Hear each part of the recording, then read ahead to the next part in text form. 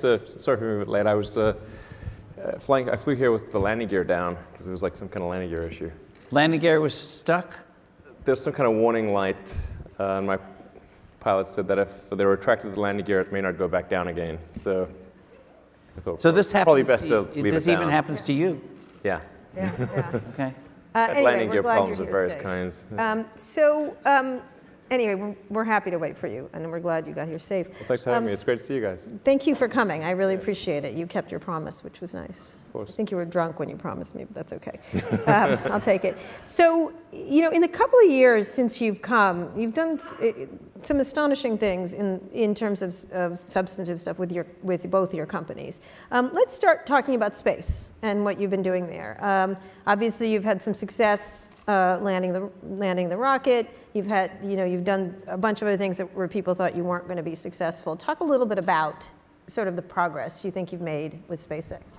Sure. Well, I mean, there's a lot of things where I think I didn't think would be successful. So probably the most significant thing is being able to land an orbit-class rocket boost stage and bring it both back to Cape Canaveral, land on land, and be able to land on a drone ship out in the ocean. There is a bit of an education process that's needed to understand orbital dynamics, because a lot of people are confused of like, why the heck are you landing a rocket on a ship in the ocean? That seems pretty inconvenient. And the reason is because that going up and staying up is actually about velocity horizontal to the Earth's surface. So there's a huge difference between space and orbit. Like space, you could think of as like, say, being the international waters boundary for the Pacific Ocean. Like if you go, 100 miles offshore, you're technically out of coastal waters. Now you're in the Pacific. Right. So it's like technically you're in the Pacific, but orbit is like circumnavigating the globe. Right. It's a really giant difference. And the reason that things go up and stay up is because you're zooming around the Earth so fast that your outward radial acceleration is equal to the inward acceleration of gravity. And so those balance out, and you have a net zero gravity. So when you see the space station, the thing that's little sort of counterintuitive is that the space station is actually zooming around the Earth at 17,000 miles an hour.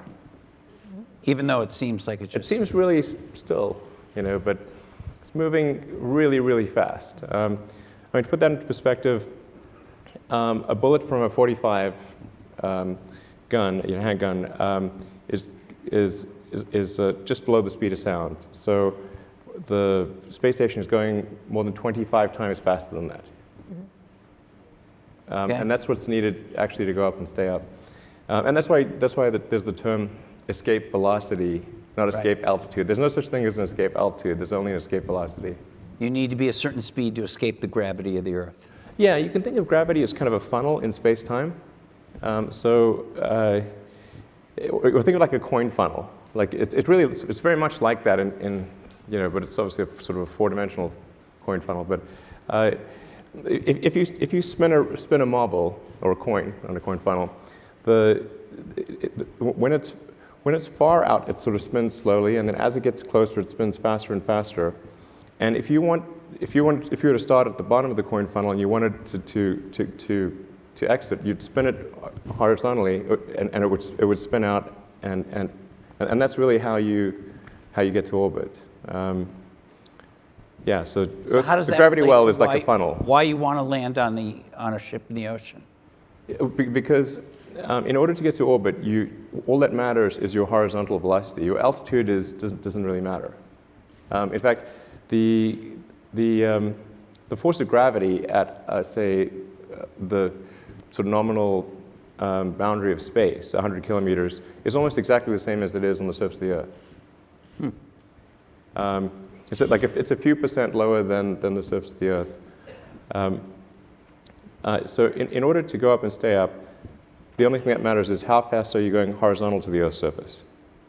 So you have that outward radial acceleration, or think of it like maybe like tetherball or something like that. It's really that outward acceleration is the thing that matters. And so when the rocket is going to orbit, The only reason it's going up is to get out of the thick part of the atmosphere. Because at high velocity, the atmosphere is thick as molasses. And so it goes up very briefly, but if you look at a long exposure of the rocket's trajectory, you'll see it goes up, but immediately curves over and starts going horizontal. And so at the point at which the stages separate, there's two stages. The primary boost stage, which is the most expensive part of the rocket, the point at which that staging occurs can be as high as Mach 10. But it's going away from the launch site at 10 times the speed of sound. So in order to get back to the launch site, you would have to have enough fuel and oxygen to reverse out that velocity and boost back all the way to the launch site. And you just don't have, the physics of it don't really allow you to have that much. It's not about saving money on fuel or anything, it's just physically impossible. Because another sort of thing about if you're in space is that there's nothing to react against. So like whereas an aircraft can circle very easily because it's reacting against air, in vacuum there's nothing to react against. So the only way to go back the other direction is to apply just as much energy as it took you to go. If you want to go backwards, you have to apply just as much energy as it took you to go forwards. Mm-hmm. In fact, well, twice as much, really, because you've got to zero it out, and then you've got to... So you've got to land elsewhere. Yeah, so bottom line is this thing is zinging out to sea at 10 times faster than a bullet. At that point, it may well be over the ocean, because the ocean covers most of the... Oh, it's actually, at the point of separation, it's not that far away. It's maybe 100 kilometers away from the launch site, but it is going like hell in the opposite, away from the launch site. So the only way to really land it is to have it continue on that arc, that ballistic arc, and then land far out to sea on a ship that's pre-positioned to a particular latitude and longitude, very, very precise, to within about a meter. And then the rocket will then go from vacuum through rarefied air at hypersonic velocity. So when it's in vacuum, it has to, obviously you can't use aerosurfaces, you have to use nitrogen jets to control the attitude and position. And then as it starts to encounter the air, we use grid fins, because grid fins look like sort of like a waffle. They work quite well across a wide regime, from both very high velocity hypersonics through supersonic, transonic, and subsonic. So it's hard to have aerosurfaces that work well across that entire regime. And then, so once the air forces become high, it uses the four grid fins to sort of control its attitude. To land itself. Yeah, it's controlling it's controlling pitch, yaw, and roll with the grid fins. And then those grid fins will then position it to where it's fairly close to the ship, and then it will light, in this case, 3 of the 9 engines to arrest the velocity, and then drop to 1 engine for precision right before landing. Right. Okay. So super that was hard. maybe a bit of a long explanation. No, that's okay. But what we're going to get to is that's super fucking hard. There's a video. So why is that important? Why has this moment been important for you? Well, so in order to reuse the boost stage, which is about 70% of the cost of the rocket, so Which cost is that? How much is that? well, I mean, it's sort of on the order of $30 to $35 million. Right. So you want to save that. Yeah, I mean, it's like I tell my team, it's like imagine there was a pallet of cash that was plummeting through the atmosphere, and it was going to burn up and smash into tiny pieces. Would you try to save it? Right. Probably yes. Yes. Okay. Yeah, that sounds like a good idea. Right. Okay. So we want to get it back, and that way we don't have to make another one. Right. And I think it's quite tragic if rockets get smashed into tiny pieces and land at the bottom of the ocean. So can I ask you a question? We've been going to space for what, 50 years or something like that? Yeah. Nobody, until you started doing this and Jeff Bezos' company has done it, the government never They're like saved the different rockets. things, but They never saved the pallet of cash. Why not? And the Russians didn't either. I mean, what was the deal there? Yeah, I mean, there was some attempt made to do that with the space shuttle, but there was no return. It's the first time that a rocket booster has returned to launch site Right. From an orbital mission, and certainly the first time that there's been a landing on a ship out But to the sea. regular rockets that went up that weren't designed like planes never tried to do this. Right. The plane thing is not a good idea in my view. The plane, and the reason I think is, like, intuitively it seems like a plane should work, but actually if you consider that really every mode of transport has a design that is appropriate to its medium. And if you're in space, wings are not very useful because there's no air. And then if you want to go somewhere other than Earth, there's also no runways. So these are important considerations. So that's why when they went to the moon, they used propulsive landing. Right. But what I'm saying was when they built the space shuttle, it sort of was looked like a kind of bulbous I think that appealed plane. to Congress. Yeah. Yeah. They went, cool, that's cool. Yeah. It looked like an airplane. Can you explain the Jeff Bezos? Good one.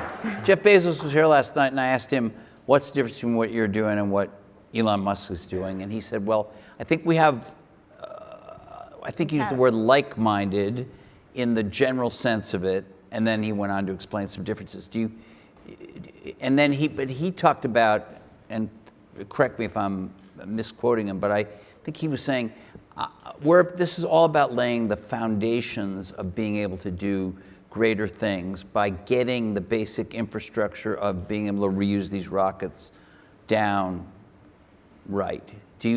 Is that correct? Do you have a similar starting point from him and your thinking process? I mean, I think there's certainly some similarities of opinion. I think both Jeff and I believe that it's important for the future to be a spacefaring civilization and ultimately be out there among the stars. And I think that's the exciting, inspiring future that I think certainly people in this room want, and anyone. Well, particularly after seeing that the asteroids are going to destroy this planet. I mean, I mean, I don't view it as I think when I say multi-planet species, like that's really what we want to be. It's not like still being a single planet species but moving planets. It's really being a multi-planet species. And having civilization and life as we know it extend beyond Earth to the rest of the solar system and ultimately to other star systems. I think that's the thing. That's the future that's exciting and inspiring, and I think that's what I think you need things like that to be glad to wake up in the morning. Like life can't be just about solving problems. Like there have to be things that are inspiring and exciting that make you glad to be alive. So what, in the immediate time frame, what is your goal for SpaceX now that you've done this, which is a huge accomplishment? What is the plan for you in the immediate time and then the longer range? Sure. So we plan to refly one of the landed rocket boosters, hopefully in about 2 or 3 months, something like that. And then so that'll be an important milestone. So far, the stages are looking like quite good, even though they come through quite. It's a really difficult re-entry situation, but they're looking like they're in good shape. And we now have 4 of them. So we want to start reflying them, towards the end of summer, and then hopefully. By the end of this year, we'll be launching Falcon Heavy, which will be the most powerful rocket in the world by more than a factor of 2. Mm-hmm. So Falcon Heavy will be on the order of 5 million pounds of thrust on liftoff, which is about 2/3 the size of a Saturn V. Oh, really? Yeah. So that's the rocket that took the astronauts to the moon. Right. Exactly. So, in fact, we're launching from the same pad, from very same pad? from the Apollo 11 pad. Wow, Yeah. that's amazing. So you're and hoping to yeah. launch that Falcon Heavy by the end of this year, you said? Yeah, that's our aspiration. Is that, now that's somewhat of a delay from when you first hoped to launch it, right? But I mean, it's not like we had a lot of pressing customers who wanted us to launch it. Okay. So in fact, the first launch will not have any operational satellites. It'll be a demonstration launch. And the first operational flights where customers actually want us to launch it are next year. Whereas there's a lot of customers who want us to launch Falcon 9. So about a quarter of our flights are for NASA, but 3/4 are for commercial satellites, like broadcast and communication satellites, or science missions for other countries. And there's quite a backlog. And we had an issue with the rocket last year, so that put about a 6-month hold in our schedule. So we're sort of backlogged on our launches, and we're trying to get them out as quickly as we can, and service our customers. So the launches will take place, every 2 to 4 weeks. There's quite a high launch cadence. That's a much faster cadence than NASA had, right? Yeah, it'll be more launches than anything else in the world. So more than Russia, more than Europe, more than China by next year, certainly. And largely to deliver customers' satellites. Yeah, there's a lot of broadcast and communication satellites that are going to geosynchronous orbit, and then we'll also be launching the new Iridium constellation. So the Iridium's got a next generation constellation of satellites. I think 60 or 70 satellites, quite decent sized satellites. That'll be like many orders of magnitude improvement over the current Iridium system. So we'll be able to have global broadband. So that'll be a whole bunch of launches, and and then next year we'll be flying Dragon version 2, which is the one that's capable of taking up to 7 astronauts to the space station. And in fact, Dragon 2 really it's a propulsive lander as well, and it'll be it's intended to carry astronauts to the space station, but it's also capable of being a general science delivery platform to anywhere in the solar system. So where are you going with it? Well, we're going to send one to Mars in 2018. Now, let's talk about... Wait, 2018, that's for sure. Yeah, a couple of years. Okay. Now, will you be on that flight? No. You have talked about this. You said you want to die on Mars, just not on landing, right? Is that correct? Well, I mean, I think if you're going to choose a place to die, then Mars is probably, not a bad choice. All right. But you're not ready it's not some sort of Martian death wish or something. But yeah, I mean, if you're going to be born on Earth, die on Mars. So sending this up to Mars 2018, right?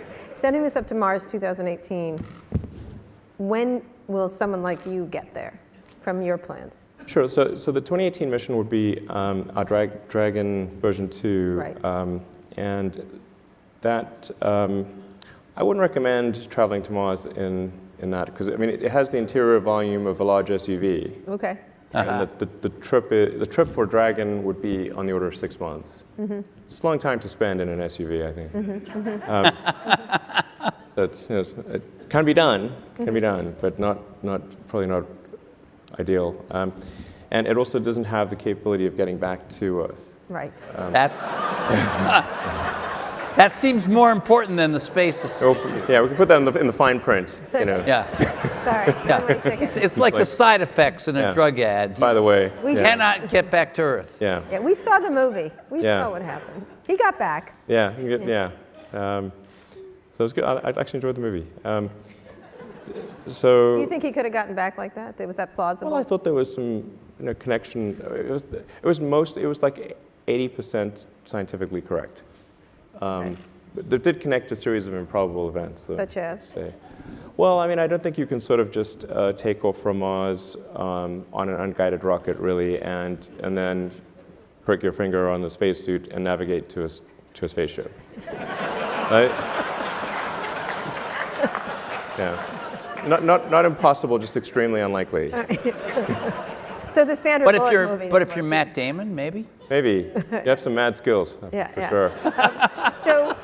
So when will people like yourself get there? And I assume you'll be first in line for that.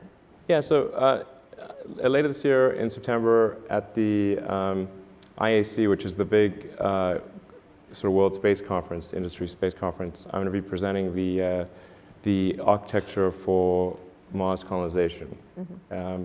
So I think what really matters is being able to transport large numbers of people and ultimately millions of tons of cargo to Mars. And that's what's necessary in order to create a self-sustaining, not really self-sustaining, but a growing city on Mars. I'm curious, have you been to space yet? No. Why? I mean, you could just go up, right, for a little bit, or not? I could, I suppose. Yeah. Why haven't you? Like I walked think I around will the at some moon or point. something, or Yeah, well, yeah, probably will. will you do a moon test well. before you go to Mars? Yeah, I mean, I'll probably, I don't know, go to orbit in 4 or 5 years or something like that. But- again, space and orbit are very different things. You know. But on the Mars thing, would you send up 2 or 3, whether it's you or not? I kind of would prefer it if you tried it, frankly, but Sure. because it would be exciting. But would you send up some people before you do this whole architecture for colonizing Mars? Just a handful of people to kind of see what. I mean, the basic game plan is like we're going to send a mission to Mars with every Mars opportunity from 2018 onwards. So, and they occur approximately every 26 months. So, you know, we're establishing cargo flights to Mars that people can count on for cargo. And it's like I said, the Earth-Mars orbital rendezvous is only every 26 months. So there's one in 2018, there'll be another one in 2020. And I think if things go according to plan, we should be able to launch people probably in 2024 with arrival in 2025. Soon. Is that a more certain schedule than United Airlines? Well, I don't know. Well, he hasn't There's been on certainly some United uncertainties Airlines for associated with that. So let's. I'm going to shift. Anyway, that's the game plan. Like approximately 2024 to do the first to launch the first of the Mars And colonial transport system. I with want to get people. back to what you said earlier about a multi. This will be a very big rocket. Okay, very big, bigger than Very the big. Saturn V. Yes, Twice as big, or what? September. I'll tell you. Not going to say anything till September? Come on, Very big. come on. Has to be very big. How big is very big? So big.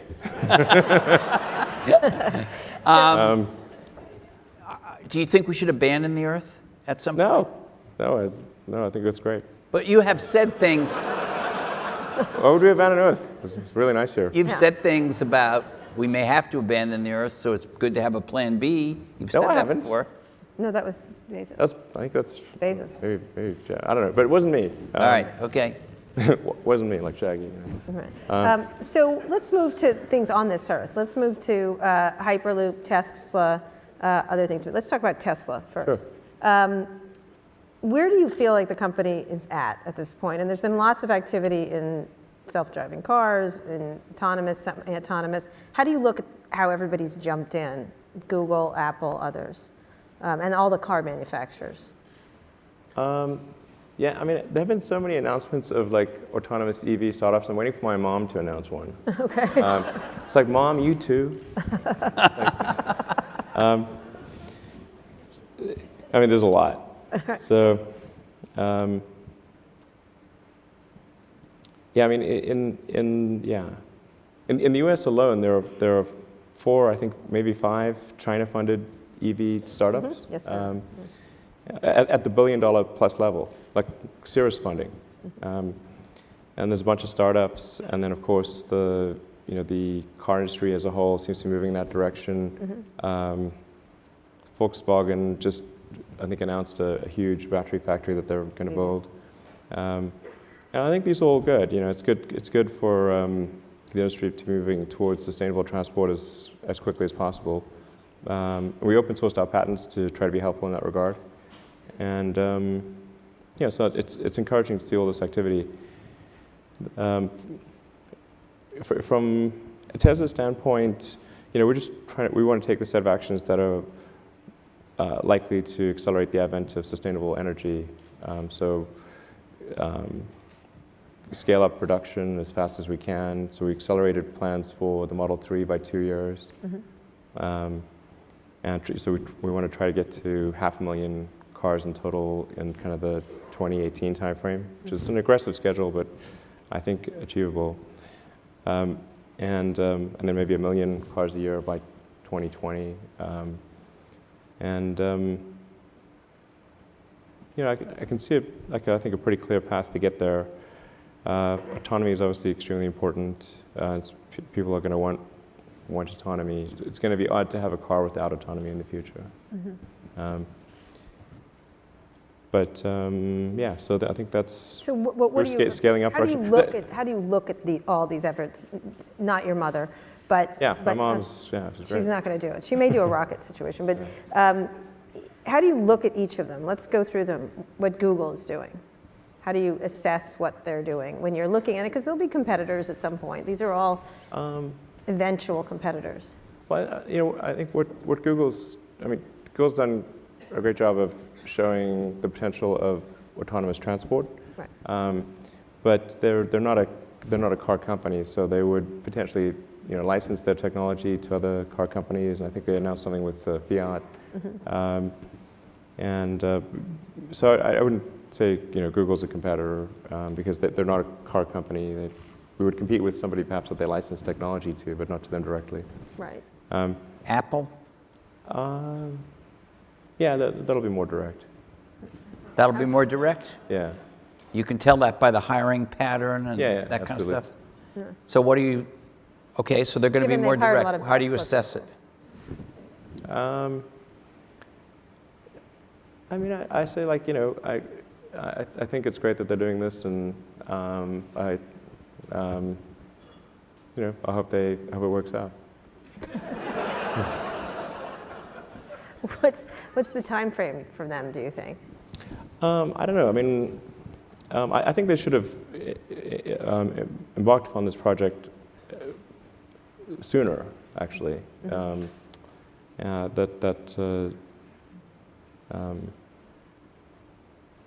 I don't know. When they. They don't share with me the details of their production plans. But I don't think it's going to be. I don't think they'll be in volume production sooner than maybe 2020. That'll be like the soonest. And is that too late? We say they should have embarked sooner. Is that because 2020 will be too late to stop you or beat you or compete with you or what? No, it's just like it's a missed opportunity. It's just It'll be over by 2020? No, it's not. It's just like it's a couple of years. I think they'll probably make a good car and probably be successful. The car industry is very big, so it's not as though there's one company to the exclusion of others. There's like a dozen car companies in the world of significance. So, and the most that any company has is approximately 10% market share. So it's not like somebody comes up with a car and they're suddenly they kill everyone else. It's not that way. And the sheer scale of automotive manufacturing is just, it's hard to appreciate until you see the plants. They're gigantic. Yeah, like the industrial, I have seen the plants. Yeah, the sheer size of the industrial infrastructure is staggering. Not just the assembly plant, but everything else that goes. Yeah, the supply chain, exactly. The assembly plant is just a little engine tip of the plant. iceberg, really. Yeah, The assembly plant is literally the tip of the iceberg. Phenomenal. The supply chain is, once you go to tier 2, tier 3, tier 4 suppliers, that's probably an order of magnitude more than the final assembly. So you think Google will not be a competitor? Apple directly. probably will be a direct competitor. Yeah, sure. What about the car companies? The I think they'll all be competitors. Yeah, sure. Who do you see out there that has done a nice job so far? Mercedes or GM Of what? of a competitive car? of the incumbents. A potentially competitive car, I guess. I mean, I don't think any of the car companies thus far have made a really great electric car. I mean, you tell me if you disagree, but I don't think yet that any of them have made a great electric car. Okay.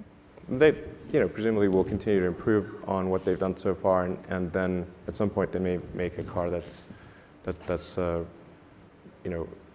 great car, but no, they haven't done that yet. Can I ask you about batteries for a second? Yeah, sure. So you're building this gigafactory, right? It's built. Well, it's not completely built. Okay, but part of it's up and running. A big chunk of it's built, yeah. Part of it's up and It's running. a really gigantic thing. It's like when the gigafactory's done, it'll be the largest footprint building of any kind in the world. Of any kind, not just factories, literally of any What kind. is this? The largest rocket, the largest building? I mean, Well, I mean, I think it's not scale for scale's sake. It's just like if you say, well, we want to accomplish these goals, then you kind of have to make a big thing. okay. You've got this big thing. It's this big, giant building. Right. Yeah. It's going to make batteries. The batteries it's going to make are lithium. We're going to have an opening. Well, it's not technically an opening party since it's been operating for a little while, but we're going to have a party soon. You guys maybe want to come. We can come? All right, Yeah, good. sure. We'll come to the Can they- battery It's party. pretty- But they can't I come. love It's worth seeing. This They is can't like come, right? Just us. this Yeah. is crazy. No. This is like an alien dreadnought. It's really nutty. Because I love a battery party, but Yeah. Right, but talk about where it's going. Are these lithium-ion batteries? Yeah, sure. So they're the same batteries that's in our No, phone? no. they're not. Please explain. Yeah. So lithium. Have you made a battery breakthrough is something I'm interested in. Yeah, I mean, generally there's so much nonsense out there about batteries. Like you can believe about 1% of what you read, maybe. Lithium-ion covers a very broad range of technologies, and you can have an enormous difference in the power density and the energy density and the cycle life between one chemistry and another. They can be really enormously different. So what you really actually want to ask is what is the cathode and what is the anode? Right. So in our case, That's right. Okay.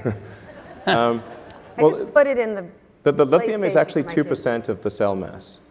So it's like the salt in the salad. It's a very small amount of the cell mass and a fairly small amount of the cost.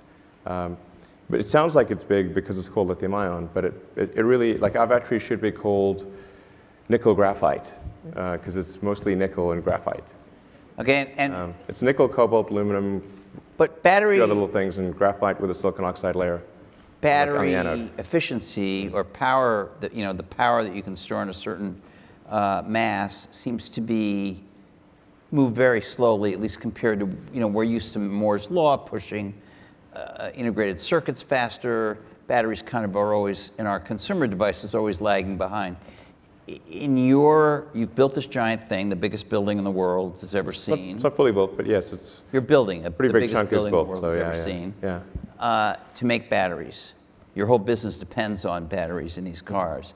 Have you figured out a way to do some significant increase in the yield of energy from a given amount of space in the battery? Well, yeah, I mean, the energy density is increasing sort of maybe on the order of like 5-ish% per year. And it doesn't sound like much, but you add that up over a number of years with compound interest, it ends up being quite a significant number. And a lot of people sort of think that, oh, well, we just sort of cobbled together some laptop batteries and somehow made a great car. But if it was that easy, then I think we would have quite a few competitors who did the same thing. But it's really quite a lot harder than that. It's a cylindrical form factor, but the internals of the battery are quite different from what you would find in a laptop. And will be increasingly different with what's built at the Gigafactory, which is highly optimized for automotive, and has improved energy density. But mostly, it's not the energy density that's the issue, because you can if you buy a Model S today, the range is around 300 miles, and that's quite a lot. So it's pretty rare that people really need to go more than 300 miles at a Without time charge. without stopping. Right. You know, so I don't think we really have a range issue, and we could make a 400-mile range car today. Like that wouldn't be too big of a deal. So what really matters is decreasing the cost per unit of energy of the battery pack, so you can make the car affordable. That's actually the important thing. So there's really two main dimensions along which cost optimization and making something available to the mass market can be achieved. One is design iteration, going through multiple versions of something, and then the other is economies of scale.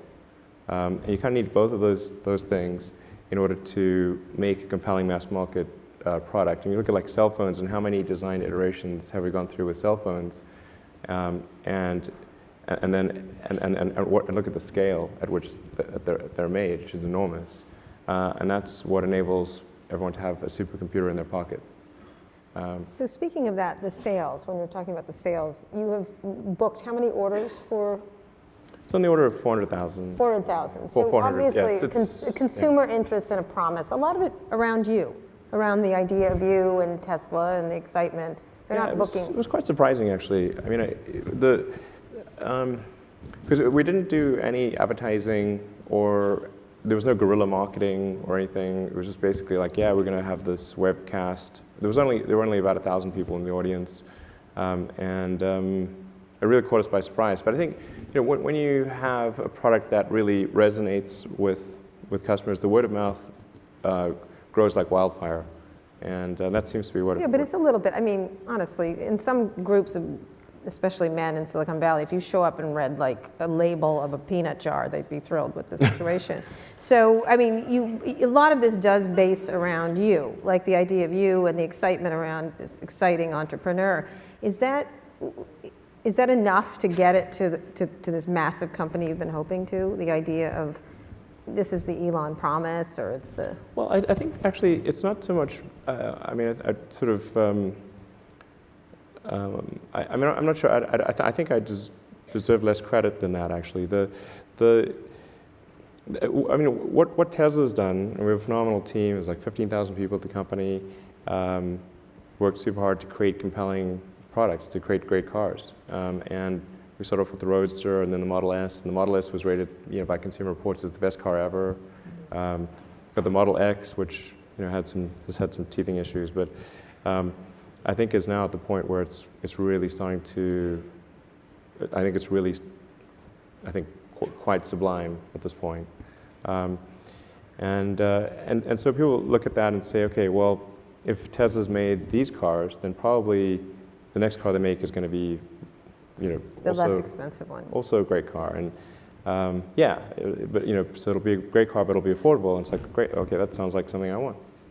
So this next car, the price is. It's starting at 35,000. Yeah. Okay, affordable. Okay, when do you get to the really affordable, the way down much lower than that? Yeah, I mean, it's important to point out that 35,000, particularly when factoring in the lower cost of electricity versus gasoline, and that the maintenance cost is much less. You don't have to have oil changes. You never need to replace your brakes because the car uses regenerative braking, so the brakes last as long as the car does. It's basically you just need to replace the tires. Like that's about all. So the operational cost of the car is much lower fundamentally than a gasoline car, and so I think the average price for cars for gasoline cars is around 30, 32, something like that. Yeah, I mean there are starting prices that are lower, but when people pick options, I believe it's in around 32 or so in the U.S. So we're pretty close to that average. But that's your base price, right? I mean Yeah, but it's going to be a great car. That may not be the ASP for the car. No, but it's going to be a great car even at 35. So it's like even if you order nothing, no options at all, it'll be great. But you're likely to have a mix where the average car that you actually sells for a little more than that. Yes, probably. It's probably going to be. Yeah, it's probably going to be some higher number. But it's really important to emphasize like 35. If somebody orders a $35,000 car, they'll be very happy. Like it's not like you need to order a bunch of options without which the car is you know not good. That car will have autonomous for 35? I have a I'm going to do another Tesla event, maybe at the end of the year, talk more about that. And Well, say? so you could start here. It will be real big news if I start here. We don't mind that. Let me just say that we're going to do the obvious thing. Okay. Okay, got it. It's really So- obvious. So cup, so, so cup holders, good. Okay. Yeah. So Brilliant. Brilliant. Those things are nuanced. All right, absolutely. Let's talk about two more things. I want to talk about AI, because we've been talking about it a lot here, which I want to get it clear what your thoughts are, because it's mostly Elon's scared of robots. I mean, that kind of thing. Or how do you, I'm scared of robots. or I think- artificial intelligence, can you like clarify exactly what the issue you have now? And you deserve the background. We've been talking to Jeff Bezos, Sundar Pichai. We talked to Mark Fields from Ford about it. Might show up for Yeah, the Facebook folks. There certainly seems to be in the tech companies a big, tremendous new drive or interest to believing they will be all competing good. for intelligent assistance. And it's good. It'll make your all life that. better. And Make your life better. sometimes technology Siri is yeah. going to suddenly get smart. Microsoft's one is going to get smart. And Google is going to cream them all. It's largely a happy version of this. Sometimes technology hurts you, but not as much as it helps you. That's really. Yeah. So there's been a lot of conversation here about Yeah, that. sure. And you've staked out a slightly different position. So can you talk about that? Well, I mean, I think my sort of full position would require quite a long explanation. I mean, I am concerned about certain directions that AI could take that would be not good for the future. I mean, I think it'd be fair to say that like not all AI futures are benign, not all. Okay. And so if you have something, if we create some digital superintelligence that exceeds us in every way by a lot, it's very important that that be benign. And so actually with a few others, I created OpenAI, which is an AI. It's a nonprofit actually. There's no. I think the governance structure here is important. So we want to make sure that there was not some fiduciary duty to generate, profit off of the AI technology that's developed. So we created this 501c3, but I think it's quite different from. I mean, like a lot of sort of 501c3s are, they don't have a high sense of urgency, and like they're not like, they're not really sort of developing technology at a fast pace. But OpenAI is. So OpenAI has a very high sense of urgency, and I think that the people that have joined are really, really amazing. And the intent with OpenAI is to democratize AI power. There's a quote that I love from Lord Acton. He was the guy that came up with power corrupts and absolute power corrupts absolutely, which is that freedom consists of the distribution of power and despotism in its concentration. And so I think it's important, if we have this incredible power of AI, that it not be concentrated in the hands of a few and potentially lead to a world that we don't want. And what world is that? What do you foresee that when you see it? It's difficult. I mean, it's called the singularity because it's difficult to predict what future that might be. Except I don't know a lot of people who love the idea of living under a despot. I don't think people generally choose to live in a democracy over a dictatorship. And the despot would be the computer? Or the people controlling the computer. And do you worry specifically about any of these companies I mentioned, who've all seemed to now kind of be pivoting toward this as the battleground in the next 10 years? I won't name a name, but there is only one. There's only one you're worried about. And they're not preoccupied with making a car that will compete with you. I assume. There's only one. And what? Tell me. This is an It's interesting. it's not about competing. It's just like this is sort of like what would be the point of competing for, you know, mutual destruction? It's like it's not about competing. It's really just about trying to increase the probability that the future will be good. That's all.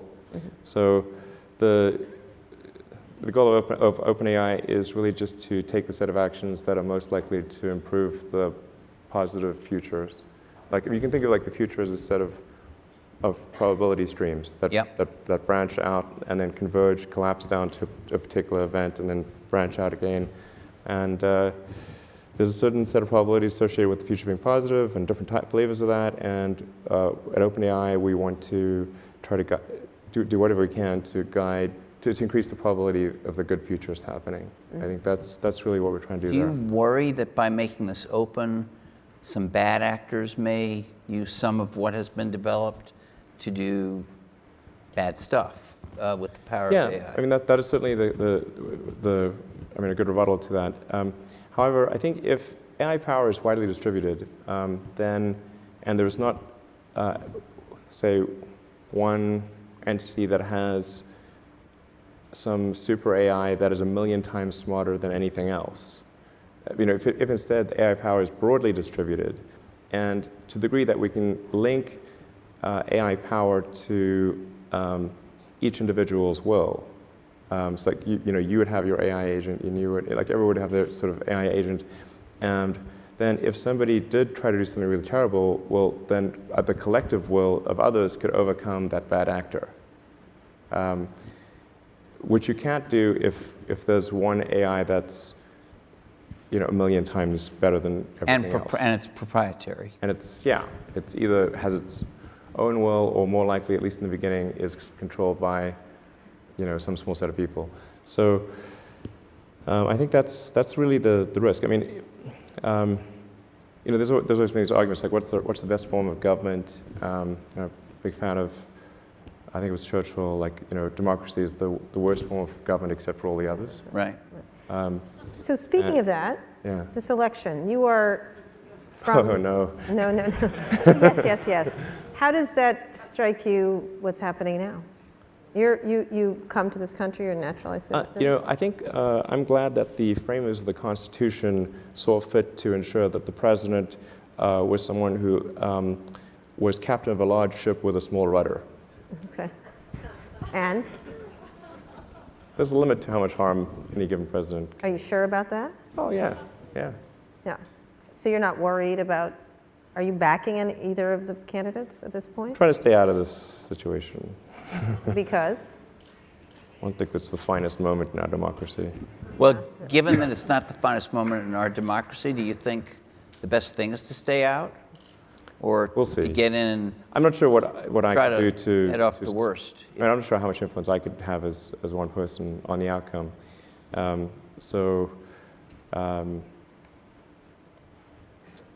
If I think I could make a difference, I would probably do something. Like I said, I think I'm just glad that being the U.S. president is like being captain of a large ship with a small rudder. Mm-hmm. And so there's just a limit to how much good or bad a president can actually do. Obviously, if a president could make the economy great, and there was like a button they could press, they'd be pressing that button at the speed of light. Mm-hmm.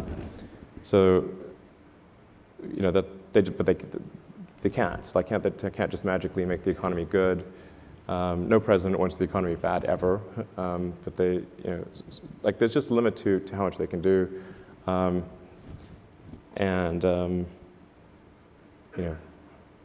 guess there is the nuclear thing, which is... Yeah, the nuclear thing. I guess there is the nuclear thing. Yeah, but I don't know. I don't think we would just arbitrarily launch nuclear missils. Yeah. Yeah. One would The hope. president can do that. I don't think so. President's Not the arbitrarily. commander-in-chief. I think that... He's the commander-in-chief. Yeah, no, but I still don't think that means you can just launch nuclear missiles whenever you want. Yeah. I think Congress would be quite upset about that, and they might not be consulted. yeah, but I think I think like the military would be like, yeah, we really think Congress should be consulted on it before you launch a Yeah. That might happen. That preemptive could nuclear happen. strike. Are you willing? You're basing your faith in that, though. I'm quite confident that the military would not just, randomly agree to launching nuclear missiles at somebody. Well, that's calming. This is Yeah. pretty comforting, yeah. We're going to put up just very quickly, we'll end on Hyperloop. You've been involved with it. Your level of involvement is what at this point? Just Yeah, chief I know visionary? it's a bit confusing because You talked about it when you were here last time. yeah, I actually came up with the idea. I came up with an initial idea which turned out to be wrong and wouldn't work several years ago, and then but I sort of shut my mouth off and said, oh, I feel like I have an idea that would work, and it turned out that didn't work. But with a lot of iteration, was able to come up with something where the physics hangs together. And then published the paper and just said, like, look, anyone who wants to do this is great. Go, be my guest. Because I sort of have my plate full running Tesla and SpaceX. Yeah, yeah. And so I think it'd be great. I mean, it'd be great to have any interesting new transport solutions, anything that gets people to their destination in a way that's safer, costs less, is more convenient. That'd be great. I mean, and so I think probably the most valuable thing that the Hyperloop paper that I published has done is to spur thinking in terms of new transportation systems. So it's not just, oh, let's have a fast train. Okay, that's not even as fast as what Japan did in the 80s. Like, okay, well, I don't see what the point of that is. Like we should really be trying to think of something that's. I think particularly in California, like we should be like saying, hey, what is the best? Well, let's invent something new that's way better than anything else. Do you want to shoot your mouth off about that? I mean,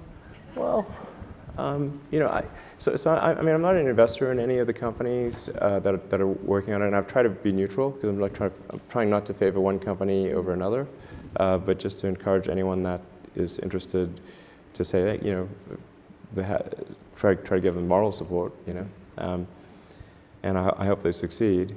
The only thing that I am doing on the Hyperloop front is like we're holding a student competition, and the student competition is really just aimed towards encouraging students to think about exciting new transport methods, and it's totally cool if they want to like do some architecture that's different from what I proposed in Hyperloop. And in fact, the winning team at the student competition that we held earlier this year used a different suspension mechanism than what I proposed, which is I proposed using essentially taking the air that builds up on the nose from the compressor and flowing that through air skis so that you simultaneously remove the drag from the nose and provide a means of suspending the pod. And that's also something that works well even at supersonic velocities. You can go. It's been demonstrated up to Mach 1.1 in terms of using air bearings as. But they use something different. Yeah, basically electromagnetic suspension. And the reason I didn't suggest sort of any kind of magnetic suspension is that it's very important that the cost of the tube be minimized. So you really want, because the pod is cheap, the tube is expensive. So if you want to go, say, 400 miles and in two directions, so you've got 800 miles of tube. The critical economic optimization parameter is the cost of the tube. So you want that tube to be as low cost as possible. And so if you do anything that requires action on the tube side, it's going to make that tube much more expensive. So if you use air bearings, it doesn't change. Like that's real cheap. Yeah. So. Do you think this is going to happen? Yeah, I think something like that. I think something will happen in the future. I think if the companies that are trying to make it happen now, if for whatever reason that doesn't work out, then I think I might do something myself in the future. I don't want to do something.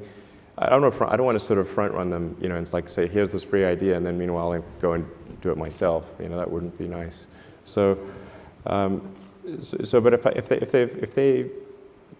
a bunch of people, if companies don't try it and it doesn't work out, then I think I'll try to just at least do a demonstration system. Okay, last question. Do you think tech has gotten more serious? How do you look at the tech landscape as someone who's well-known? You probably qualify as a visionary.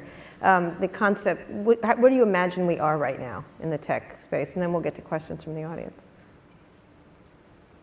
I think there's a lot of innovation happening in many different areas. The advancements in AI, I think, are quite astonishing. The advancements in genetics are amazing.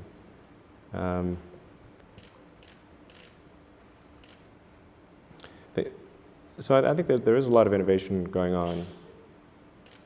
I think that there's probably a few too many talented entrepreneurs in kind of the internet space, and I think their talent actually would be better served in some other industries. But I do think, I don't think we're like facing some sort of low innovation period or anything like that. I think there's a lot of innovation going on. They need to move to other. I just think there's like, if you had some ideal distribution, there would probably be fewer, like there's just a lot of talent focused on the internet, and probably some of that talent would it'd be better to have some of that talent in other industries. That's about all, but there's tremendous amount of innovation that's happening. It's something that I think is going to be quite important. And there's not, I don't know of a company that's working on it seriously, is a neural lace. So going back to the AI situation, this is quite an important debate. Like if you assume any rate of advancement in AI, we will be left behind by a lot. And so then we could be in, benign, but even the benign situation, if you have some, if you have ultra intelligent AI, we would be, so far below them in intelligence that it would be like, a pet, basically. Pet, that's what I was thinking. Like a pet. Cat, like a cat. Elon It'd be like the a house cat. Yeah, it would be like the house cat. Right. It's not the end of the world, It's just Well, sort of pet. I've seen the movie. It could be. Yeah. It could be. But that honestly, that would be the benign scenario. Mm-hmm. And So house cat is okay. I don't love the idea of being a house cat. Okay. But that. So what's the solution? Yeah. So I think I think it's to essentially. I think one of the solutions that seems maybe the best one, is to have an AI layer. If you think of like you've got your limbic system, your cortex, and then a digital layer, sort of a third layer above the cortex, that could work well and symbiotically with you. Just as your cortex works symbiotically with your limbic system, your sort of a third digital layer could work symbiotically with the rest. This is something that's surgically inserted or bred into the species, or what? The fundamental limitation is input-output. So we already have, we're already a cyborg. It's just that, you have a digital version of yourself, or partial version of yourself online in the form of your emails and your social media and all the things that you do. And you have basically superpowers in that with your computer and your phone and the applications that are there. You have more power than the President of the United States had 20 years ago. That you can answer any question, you can video conference with anyone Right. anywhere, you can send a message to millions of people instantly. You can just do incredible things. And but the constraint is output. So we're I/O bound, particularly output bound. I mean, like your output level is so low. It's like, particularly on a phone, like your two thumbs just sort of tapping away. This is ridiculously slow. Our input is much better because we have a high bandwidth visual interface to the brain. Like our eyes take in a lot of data. So there's many orders of magnitude difference between input and output. So mostly, effectively merging in a symbiotic way with digital intelligence revolves around eliminating the I/O constraint. So it'd be some sort of direct cortical interface. And you called it a neural lace? Neural lace, yeah. It's totally not Google Glass, right? No, I'm talking about No, but something it's which... like you wear it? Or you, No, I mean, it would be... I mean, there are a few ways to approach this, but some sort of interface directly with your cortical neurons particularly. But doesn't that imply surgical insertion? Not necessarily. You could go through the veins and arteries because that provides a complete roadway to all of your neurons. Your neurons are very heavy users of energy, so they need high blood flow. So you automatically, with your veins and arteries, have a road network to your neurons. Still some kind of surgery, right? Yes, but you could insert something, basically, into the jugular and have. It gets macabre, but It sounds really easy and it doesn't involve. risk-free. It doesn't involve, like chopping your skull off or anything like that. That's good. Yeah. And plus, you're not a house cat anymore, right? Not a house cat. So, Right. Essentially, if we can figure out how to establish a high bandwidth neural interface With ourselves. with your digital self, effectively, then you're no longer a house cat. All right. On And- that note, and- no, on that note. Yeah, well, just one closing thing. I mean, I think that's probably you the benign outcome. That's probably the best outcome, I think. Are you interested in exploring this possibility that you have just laid? So somebody's got to do it. I'm not saying that I will, but somebody's got to do it. I mean, so somebody should do it, and I mean, if somebody doesn't do it, then I think I should probably do it. But And the goal of this is to prevent there being an external AI, particularly one controlled by a small group of people that could be so much more powerful and intelligent than we are that the house cat it would be godlike in its situation capability. occurs. Yeah. Well, this has been really cheerful. Thank you. Yeah. But if we can establish, I was the worried high about asteroids at the beginning of this. I mean, asteroids are a low probability existential threat on the time scale that's relevant to us. Okay. Okay? This is different. This requires urgency. So, what do you do for fun? Yes, this is much more Elon, what do you urgent. do for fun? What do you do? Anything? I play video games with my kids. All right, that sounds good. Let's get some questions from Elon. Elon the house cat. I watch movies, that Right. kind of thing, normal things. Why don't we start over here? Yeah, hi. I think this last question by Carl just did that. I want to know, how do you live through the stress, that kind of conversations we just heard that you went through, and kind of ambitions that you carry, and then how do you adjust to the everyday work-life balance, etc., things that in your life? So a little bit of your personal side, actually. So you're very busy. How does that work? Yeah, I mean, I am sort of in kind of work triage mode a lot of the time. So I don't know, it seems to be, as long as there's not like a crisis simultaneously at SpaceX and Tesla, it's okay. But companies are, I mean, the situation in any given company, particularly one, if it's sort of growing fast and sort of quasi-startup, it's somewhat sinusoidal. So that, I mean, it's okay if the waves don't crest together, When that does happen, then that's a huge strain. But right now things are like, motoring along okay, and I have like the context loaded for both companies, and I can sort of see a path to a good outcome. So I feel pretty good right now. But there've been super stressful times in the past. And then you know, and then I always try to reserve time for my kids because I love hanging out with them. Like, I mean, kids are really great. I mean, they're like the 99% of the time they make you happier. Kids are awesome. You know? Yeah. Then there's that 1%. 1%, you know, like, yeah, 1%. But like, it's like, of anything in my life, I would say kids by far make me the happiest. I mean, I don't know if, you know. I agree. Yeah, it's great. I agree. Yeah.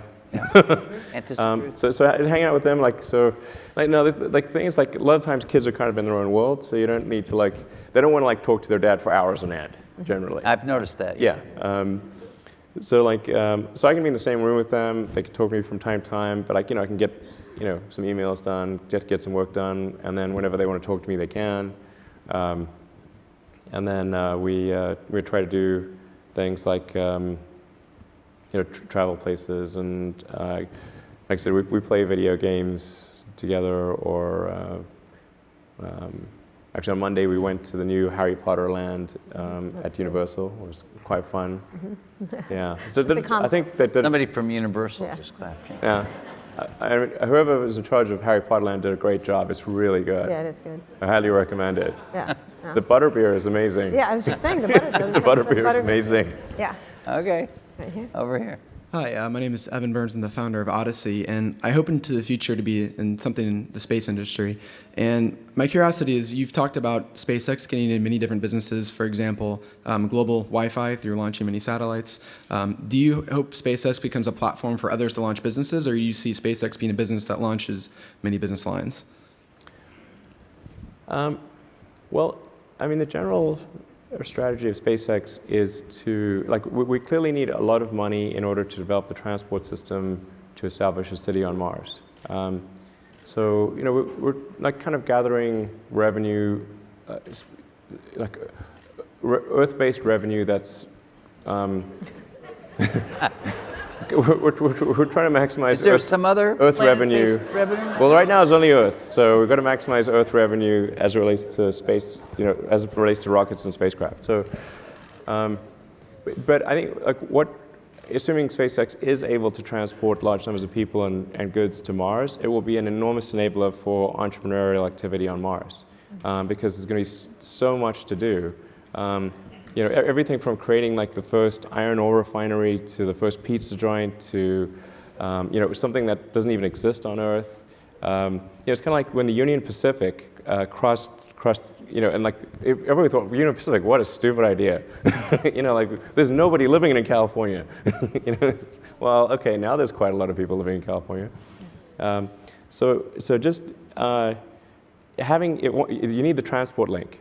And so what SpaceX is trying to do is establish a transport link, and then try to create a fertile environment for entrepreneurs on Mars to flourish.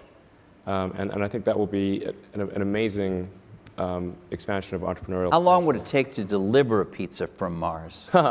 Well, it's going to be a little cold, I think. But I mean, we can certainly see a way to get to Mars in under 3 months. And I think ultimately you'll be able to get to Mars in under a month. It does get exponentially difficult as you reduce the time. But you know, 3 months is a way to think of it. And I think that's probably, you know, that's really where SpaceX will, I think, create a great environment for entrepreneurial potential. Thanks. Nilay? I hope Domino's does not get to Mars. Please don't let it. We'll have a special Mars I pizza. assume you're going to be. I'm assuming you're hey, going to be king of Mars. but go Nilay.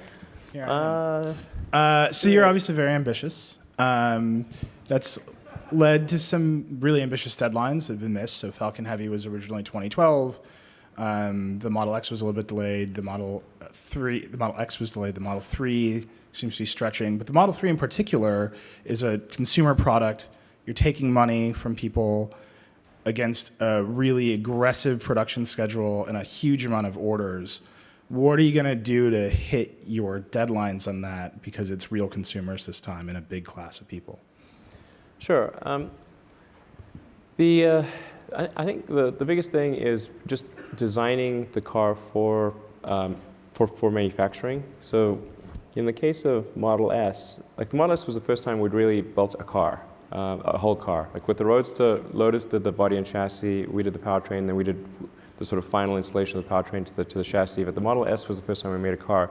So we were just trying to make a great car, but we had no idea like what it meant to design something to be manufacturable. So the Model S is super hard to make, and then the Model X is built off of the Model S platform, except it's got a bunch of other whiz-bang technologies that make it even harder to build. So, I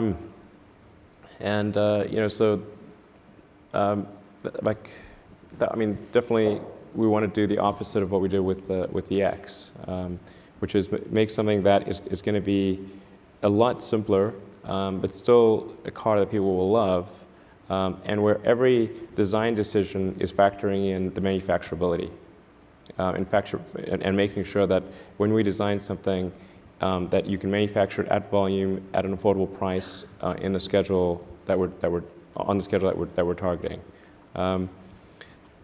One of the things that makes a car very difficult, particularly if it's a new car, is that it's an integrated product with several thousand unique components. So we are somewhat at the mercy of whatever the slowest component is, whatever basically, I mean, if you say go to tier 2 and 3 suppliers, they end up being several thousand suppliers. So things move as fast as the least lucky and least competent supplier.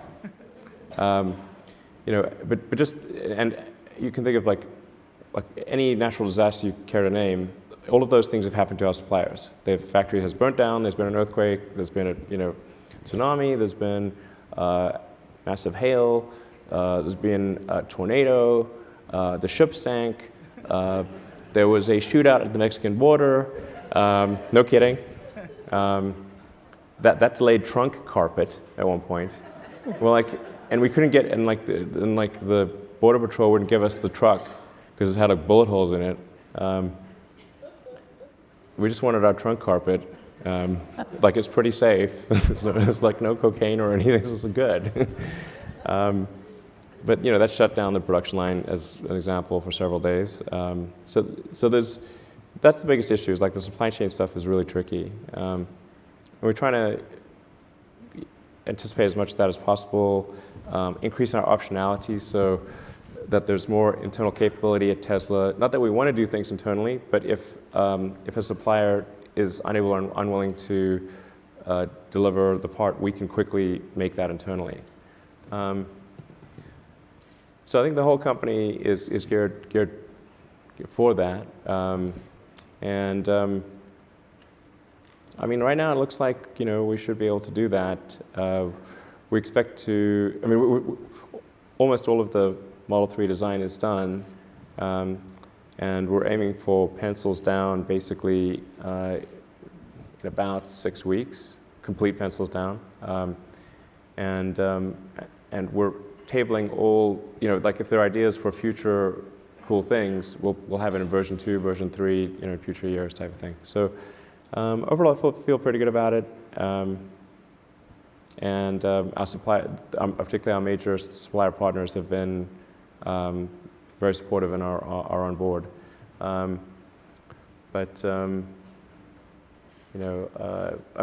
one thing I should say is when I sort of cite a schedule, it is actually the schedule I think is true. It's not some fake schedule that I don't think is true.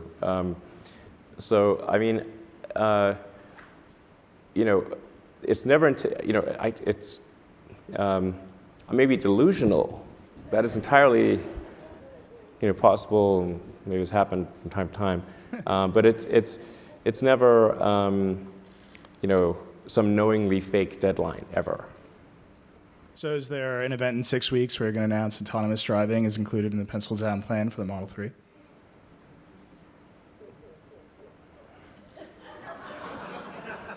We're not expecting any event in 6 weeks. Josh. Hi. So I have this is a kind of a weird question. I feel like you would be the guy with the right answer for it. There's a sort of a philosophic concept that a sufficiently advanced civilization will be able to create a simulation. Yeah. Maybe you've answered this before? A simulation. I've had so many simulation discussions, it's crazy. Okay.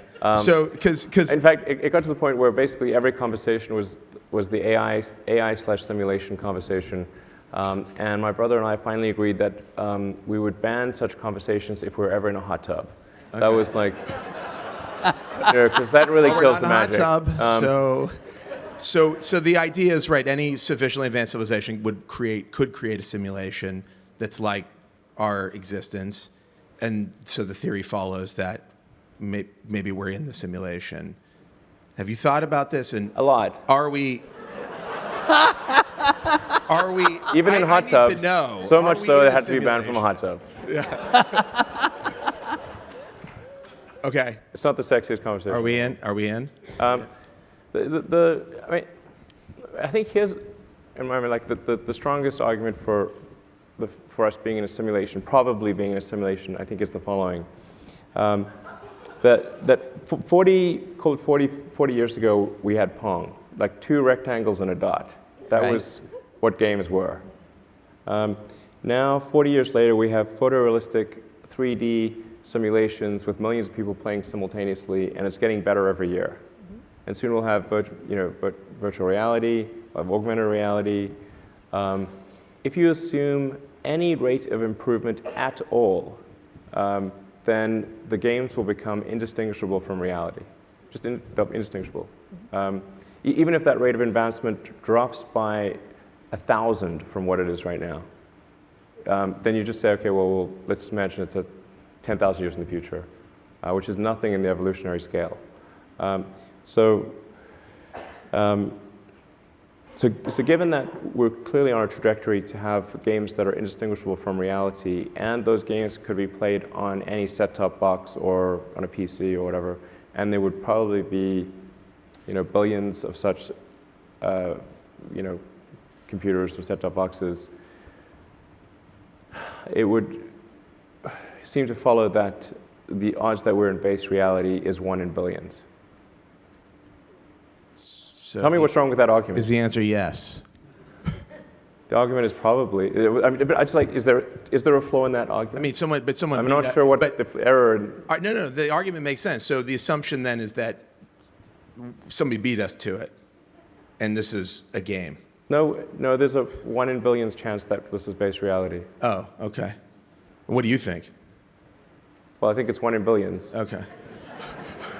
I mean, that seems to be clearly what it suggests. Right. And actually, I mean, arguably, we should hope that that's true, because otherwise, if civilization stops advancing, then that may be due to some calamitous event that erases civilization. So maybe we should be hopeful that this is a simulation, because otherwise... Because they could reboot it. Well, otherwise, either we're going to create simulations that are indistinguishable from reality, or civilization will cease to exist. Those are the 2 options. Yeah. I like those odds. Okay. Or it's unlikely to go into some multi-million year stasis. So it's either going to increase or decrease.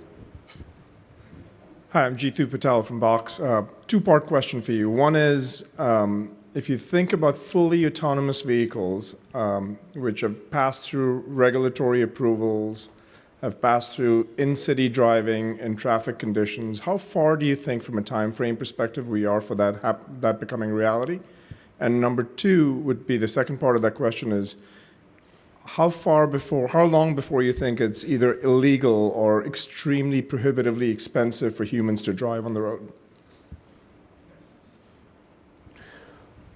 Well, I really would consider autonomous driving to be basically a solved problem. Even in cities like Beijing and... Yeah. Actually, there's really only one area where it's a little dodgy, and that's basically if you're at roughly the 30 to 40 miles an hour in urban environments, that's difficult to achieve in Beijing. It's heavy traffic. In dense traffic situations, autonomy is really easy, because you can just maintain a set distance from various cars. It's actually quite easy. You're very unlikely to run anyone over, because you're just not moving fast enough, and you can brake in time. On highways, particularly highways that are that have barriers, so that you don't have pedestrians, that's also relatively easy, and like a Model S and Model X at this point can drive autonomously with greater safety than a person right now. Yeah. My point is, when does it get to be where you don't need to be sitting behind a vehicle, and it actually, the way that society starts expecting this is, I can have my 75-year-old mother who doesn't speak any English or doesn't drive, be able to be transported from point A to point B by just sitting in a car by herself and being taken. I know it's technically possible, but how far do you think the regulatory approvals are for that happening? I think we're basically less than 2 years away from complete autonomy. Wow. Wow. Wow. Complete. Safer than a human. However, regulators will take, I think, at least another year, and because it's going to depend on what part of the world you're in, because they will want to see billions of miles of data to show that it is statistically true that there is a substantial improvement in safety if something's autonomous versus not autonomous. I don't think that regulators will accept something that's close to, that's sort of approximately as good as a person. I think they'll have to be at least twice as good as a person, maybe 5 or 10 times, better in terms of safety, and that will have to be a statistically relevant data set. So like billions of miles over widely differing roads and situations. So, yeah, so I think it's like probably 3 years before it's from a regulatory standpoint, but less than 2 before it is technically possible. And do you think there's a day when it's illegal to drive for humans, or, Well, I mean, we live in a democracy, so presumably that would be a function of the population deciding. I'm not in favor of banning people from driving cars. I'm in favor of freedom, and not restricting what people do. Yeah, but maybe the requirements for a license will get more stringent. I think that seems like maybe a good move. So you have to demonstrate a higher level of skill to drive in order to be allowed to manually drive.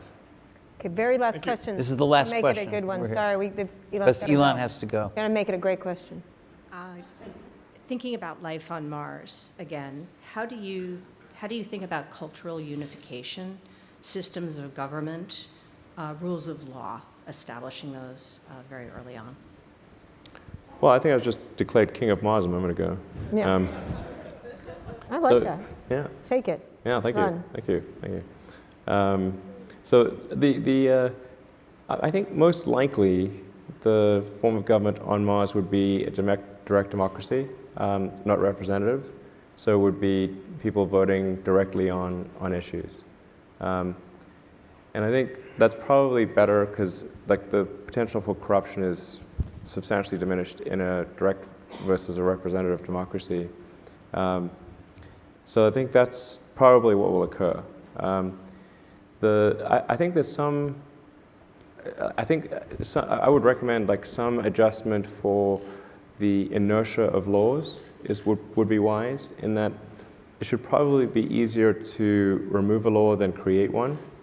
I think this is. I would just be like, let's just. I think that's probably good, because just laws have infinite life unless they're taken away. So I think my recommendation would be like something like, let's say 60% of people need to vote in a law, but at any point greater than 40% of people can remove it. And any law should come with a built-in sunset provision. If it's not good enough to be voted back in, maybe it shouldn't be there. So that's the framework for government on Mars. Those would be my recommendations. The direct democracy, where it's slightly harder to put laws in place than to take them away, and where laws don't just automatically live forever. You'll be a good king. Thank you, Elon Musk. Thank you. Thank you. Yeah, thank you.